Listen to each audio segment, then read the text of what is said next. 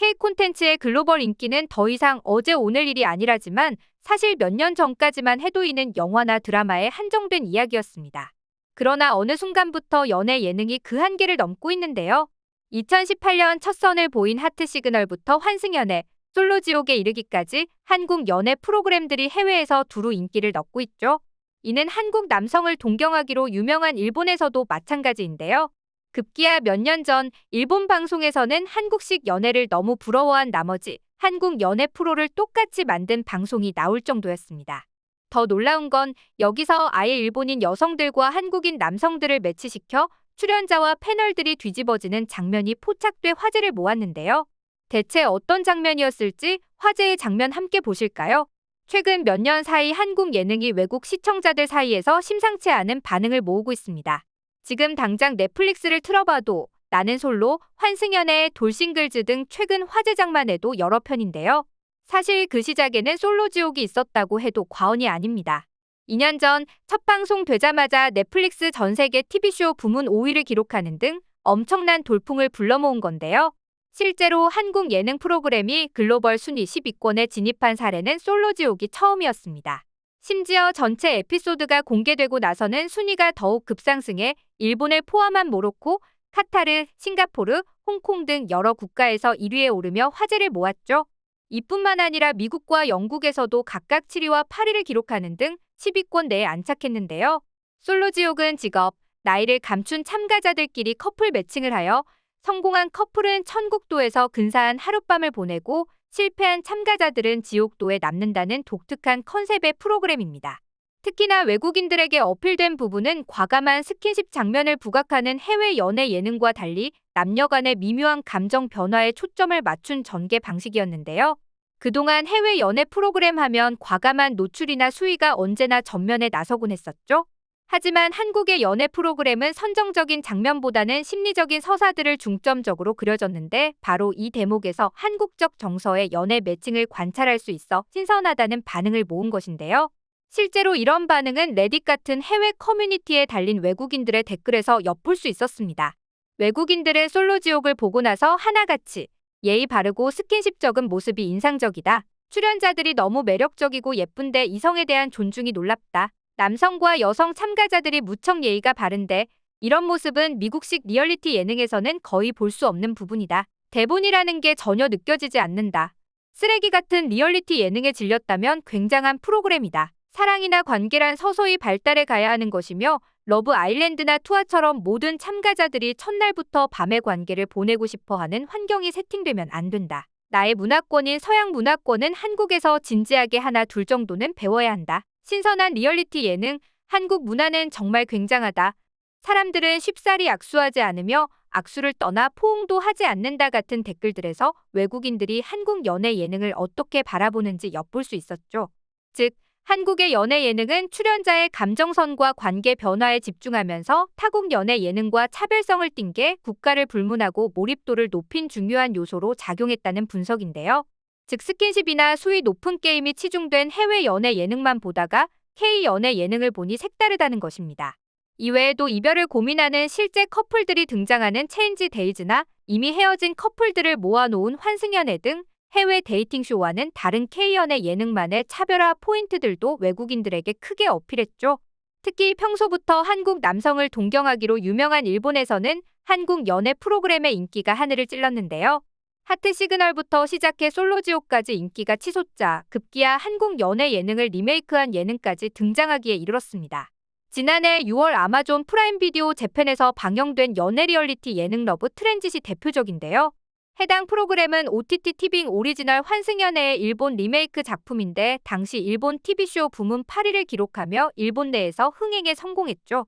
무엇보다 일본은 그동안 예능 분야에서만큼은 자신들의 독특한 문법이 있었고 자부심도 강한 나라였습니다. 그런데 한국 예능 프로그램이 일본에서 리메이크되었다는 것 자체가 무척 이례적인 소식이었는데요. 심지어 전 연인을 지칭하는 X라는 표현을 그대로 썼다는 점, 누가 X인지 추리하게 만드는 사전 만남, X가 써준 자기소개서를 읽고 눈물 흘리는 출연자들 당신의 X는 당신을 선택하지 않았습니다라는 문자 메시지까지 한국 프로그램을 완전히 빼다 박았죠. 이뿐만 아니었습니다. 하트 시그널을 토대로 제작한 하트 시그널 재팬까지 일본의 대표 OTT 플랫폼 아베마에서 오리지널 콘텐츠로 제작됐는데요. 더욱 놀라운 것은 자국 출연자로만 구성된 게 아니라 아예 일본 여성과 한국 남성의 매칭 형식으로 프로그램이 구성되었다는 것입니다. 출연자 비율도 3명의 한국인 남성과 4명의 일본인 여성으로 구성해 마치 한국 남성을 차지하기 위해 4명의 일본 여성이 경쟁하는 구도로 꾸려졌는데요. 그러면서 한국 올 로케이션으로 제작돼 화제를 모았죠. 이참에 한국의 다양한 데이트 명소를 소개하는 등 최근 일본에 불고 있는 한류 열풍을 반영한 것으로 알려졌는데요. 실제로 해당 프로그램은 공개 하루 만에 아베마의 전체 랭킹 9위에 이름을 올릴 정도로 큰 인기를 끌었죠. 일본 여성들이 한국 남자의 마음에 들기 위해서 신경전을 벌이고 마음앓이하는 모습이 생생하게 공개되었는데요. 특히 패널로 나온 일본 유명 MC 히로나카 아야카가 한국 남자의 다정한 행동에 연신 감탄하는 모습이 일본 내에서 큰 화제가 됐습니다. 실제로 한국 남성 출연자가 별다른 행동을 한 것도 아닌데 말이죠.